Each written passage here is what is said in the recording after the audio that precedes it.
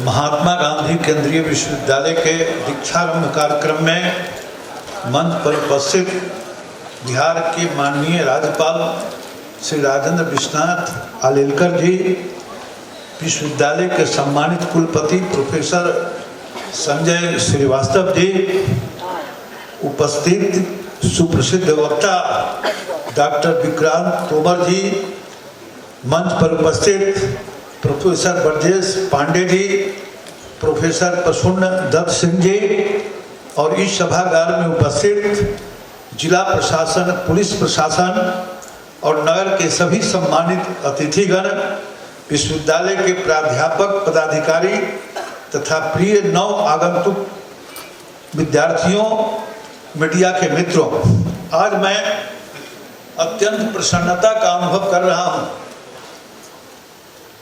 16 में विश्वविद्यालय की स्थापना हुई और उसके बाद जो अभी संसदीय चुनाव हुआ, उसके पहले दीक्षांत समारोह हुआ और चुनाव के बाद दीक्षा प्रारंभ है, समारोह हो रहा है। निश्चित रूप से मैं इसके लिए कुलपति जी को बहुत बधाई देता हूं। मित्रों, इस विश्वविद्यालय से मेरा एक अलग तरह का लगाव है। जब भी मैं विश्वविद्यालय के कार्यक्रम में आता हूं, मेरा मन आह्लादित हो जाता है। यह विश्वविद्यालय एक लंबे संघर्ष के बाद चंपारण की जनता की आशा और आकांक्षा का मूर्त रूप ले सका।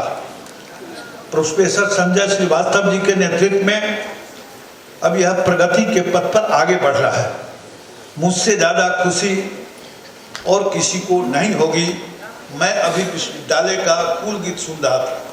कुल गीत की पंक्तियां अभी मेरे जेहन में गूंज रही है। मैं इस सुंदर कुल गीत के लिए विश्वविद्यालय को बधाई देता हूं। यह कार्यक्रम नवागंतुक विद्यार्थियों के लिए आयोजित किया गया है। यह एक अच्छी परंपरा है। ये पहली बार आपने परंपरा शुरू की है, इसके लिए भी मैं आपको बधाई देता हूं। दोस्तों, मैं आपसे आशा करता हूं कि आप अपने जीवन में श्रद्धा, नम्रता और योग्यता की त्रिवेणी को समाहित करके, क्योंकि श्रद्धा ज्ञान देती है, नम्रता मान देती है, योग्यता स्थान देती है और जब तीनों मिल जाए तो हर जगह सम्मान देती है।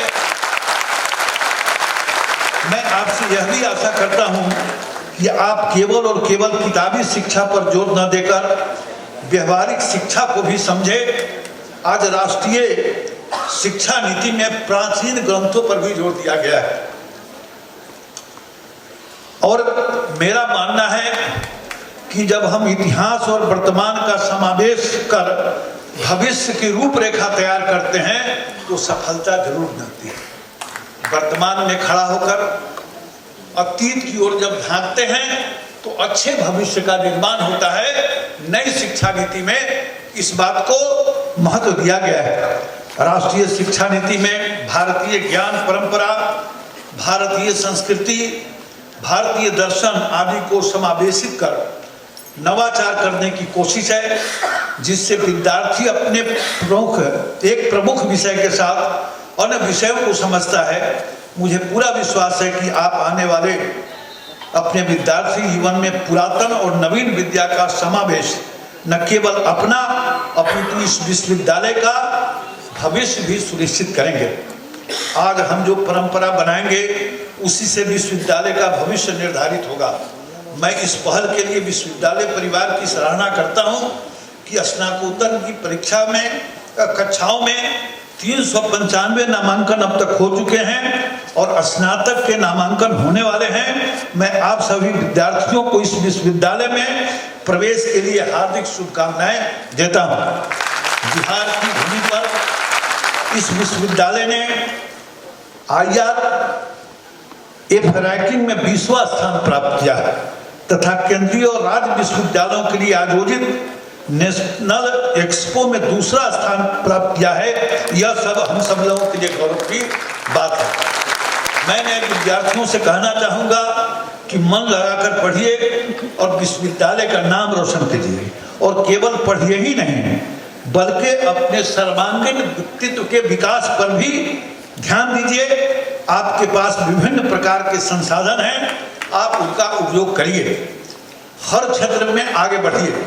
मुझे यह जानकर खुशी हुई है कि विश्वविद्यालय के छात्रों का प्लेसमेंट हो रहा है। मुझे याद है जब दीक्षांत समारोह हो रहा था, उस समय हमारे लगभग 1900 विद्यार्थी जो यहाँ से पास करके गए और देश दुनिया के विभिन्न स्थानों पर आज वो काम कर रहे हैं, देश की तरक्की में सहयोग दे रहे हैं।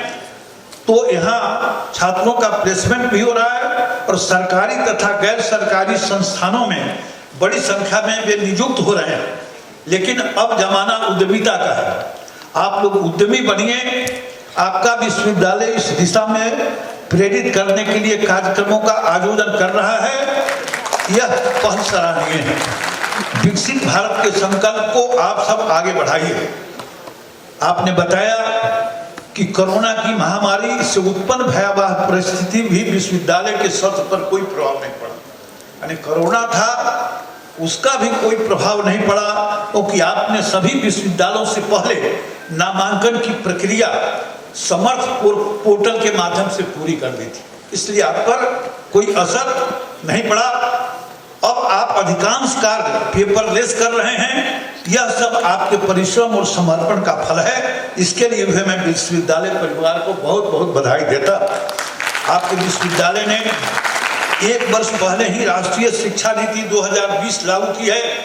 आपने भोजपुरी और मैथिली का पाठ्यक्रम में भी इसको समावेश किया है तथा भारतीय ज्ञान परंपरा के समुचित क्रियान्वयन के लिए विशेषज्ञ विद्वानों की समिति भी बनाई है। न्यायिक के मूल्यांकन के लिए भी आप तैयारी कर रहे हैं तथा भारत सरकार ने भी अनुदान की राशि बढ़ा दी है। आपके पास अभी 20 विभाग है, आप आगे भी और विभागों और केंद्रों की योजना कर रहे हैं। मुझे ज्ञात हुआ है कि आप विदेशी भाषाओं के अध्यापन की भी योजना बना रहे हैं। 2019 के विश्वविद्यालय में पीएचडी चल रही है, 219 से विश्वविद्यालय में पीएचडी चल रही है, किंतु सब मिशन की नियमावली नहीं थी। प्रोफेसर संजय श्रीवास्तव के नेतृत्व में नियमावली बनी और अब तक 33 शोधार्थी पीएचडी की उपाधि प्राप्त कर चुके हैं, जो एक बड़ी संख्या है। और 451 शोधार्थी आज विश्वविद्यालय में शोध कर रहे हैं। विभिन्न राज्यों और जेएनयू, बीएचयू, दिल्ली विश्वविद्यालय जैसे प्रतिष्ठित संस्थाओं से पढ़े छात्र यहाँ शोध के लिए आ रहे हैं, ये हमारे लिए गौरव का विषय है। और मुझे प्रसन्नता भी है विश्वविद्यालय के इन कामों को आप तेजी से आगे बढ़ा रहे हैं। विश्वविद्यालय विद्यार्थियों के हित में कार्य कर रहा है। संतोष की बात है कि प्राध्यापक और कर्मचारियों के हित का भी ध्यान रखा जा रहा है। गैर शैक्षणिक कर्मचारियों की वर्षों से लंबित प्रोन्नति की प्रक्रिया पूरी हो गई है तथा प्राध्यापकों की प्रोन्नति हेतु भी विश्वविद्यालय आगे कदम बढ़ा रहा है। रिक्त पदों पर नियुक्ति हेतु भी विज्ञापन आदि की प्रक्रिया शायद संपन्न हो चुकी होगी। शोधकों को प्रोत्साहित करने के लिए प्राध्यापकों को सीड मनी भी दी जा रही है। छात्र हित में कदम बढ़ाते हुए विश्वविद्यालय के कुलपति प्रोफेसर संजय श्रीवास्तव ने शोधार्थियों की शुल्क संरचना में भी सुधार किया है, जिससे शुल्क में काफी कमी आई है। मैं प्रोफेसर संजय श्रीवास्तव जी को इसके लिए सराहना करता हूँ। जैसा कि बताया गया, आपने पिछले 1 वर्ष में पुस्तकालय में बड़ा सुधार किया है। आपके पुस्तकालय में 110 जनरल, 1700 ई बुक और 33,000 पुस्तकों के अतिरिक्त अत्याधुनिक समृद्ध डाटा बेस है। मैं समझता हूं कि चंपारण के लिए अत्यंत गौरव की बात है, इसके लिए भी मैं आपको बधाई देता हूं। विश्वविद्यालय अब 2-3 वर्षों में अपना भौतिक स्वरूप ग्रहण कर लेगा। मित्रों, आपके ध्यान में होगा चुनाव के पहले राष्ट्रपति महोदय आई थी, मुख्यमंत्री जी भी आए थे। मैं मुख्यमंत्री जी को बधाई देना चाहूँगा कि उसके बाद हमारे जमीन मिलने की प्रक्रिया अधिकतर पूरी हो गई है। नतीजा आया था 4 जून को, और जिला प्रशासन और बिहार सरकार ने जो हमारा सहयोग किया विश्वविद्यालय का सहयोग किया। 4 जून को 17वीं लोकसभा चुनाव के नतीजे आए और 6 जून को ही CPWD के साथ विश्वविद्यालय का भवन के DPR बनाने का एग्रीमेंट हो गया। जबकि राष्ट्रपति जी आई थी, उसमें मैंने भाषण दिया तो कहा था कि अब DPR शीघ्र इसका बनेगा। और अभी हम 8 अगस्त को बैठे थे, मंत्री जी थे, VC साहब थे, और निश्चित रूप से हम कह सकते हैं, VC साहब ने भी अपने भाषण में बताया कि यह भौतिक रूप ग्रहण करेगा।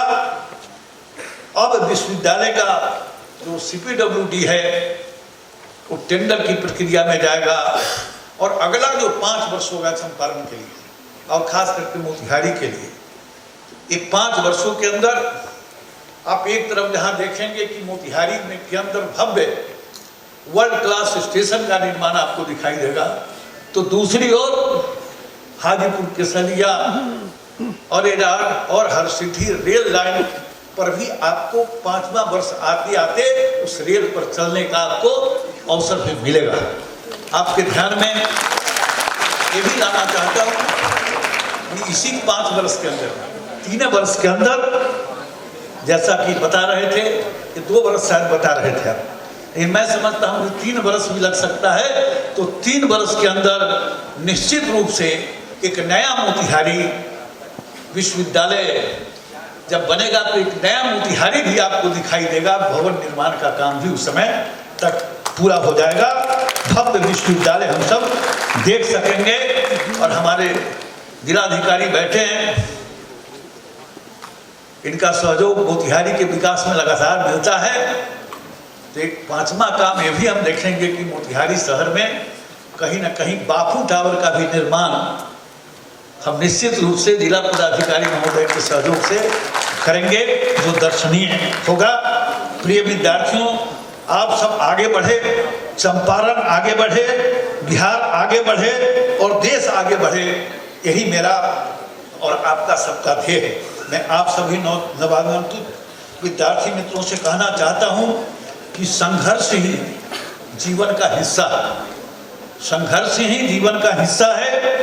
मंजिल मंजिल ही जीवन का हिस्सा है। विद्यार्थी बन मंजिल को पाना है, राही बन मंजिल तक जाना है। आपको माँ बाप के सपनों को पूरा करना है, अपनी मेहनत से अपने लक्ष्य को अर्जुन की तरह भेदना है।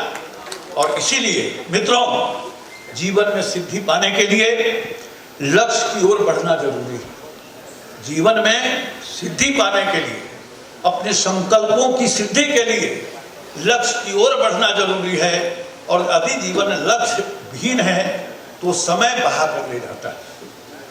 लक्ष्यहीन यदि जीवन है तो समय उसको बहा कर ले जाता है। यदि लक्ष्य तय है तो आप निश्चित रूप से वहां तक पहुंचते हैं। और लक्ष्य के साथ तय किए गए रास्ते पर अगर आप अपना जीवन जिएंगे तो समय भी आपको नहीं रोक पाएगा। ये हमारी शुभकामना है। मित्रों, मैं इस कार्यक्रम में पधारे विनम्रता, विद्वता एवं सरसता की जो त्रिमूर्ति राज्यपाल महोदय के प्रति कृतज्ञता ज्ञापित करता हूं कि आपने चंपारण की भूमि पर आकर हमारा मान बढ़ाया है और बार बार आकर आप हमारा मान बढ़ाते हैं। मैं विश्वविद्यालय के कुलपति श्रीवास्तव जी का भी आभार व्यक्त करता हूं कि आपने मुझे दीक्षारंभ कार्यक्रम में नए विद्यार्थियों से बातचीत करने का अवसर दिया। जो विद्यार्थी बंधु हैं उनको तो हम बधाई देते हैं, लेकिन आपको विशेष, यदि आपने ना बुलाया होता तो इतने सारे विद्यार्थी भाइयों और बहनों के दर्शन का सौभाग्य मुझे प्राप्त नहीं होता। इसलिए आपको बहुत बहुत बधाई देते हुए मैं अपनी बात समाप्त करता हूँ।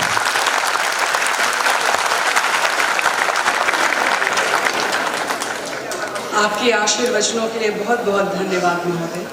आपकी गरिमामय उपस्थिति और प्रेरक शब्दों से हमारा यह समारोह और भी प्रभावी एवं यादगार हुआ।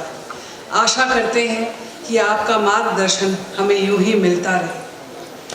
जिस मनोरम कुलगीत की आज प्रथम प्रस्तुति हुई, अब समय है उसके रचयिता को सम्मानित करने का। मैं माननीय राज्यपाल महोदय से विनम्र अनुरोध करती हूँ कि इस महत्वपूर्ण योगदान के लिए प्रोफेसर प्रसून दत्त सिंह जी को स्मृति चिन्ह एवं प्रशस्ति पत्र प्रदान कर सम्मानित करने की कृपा करें।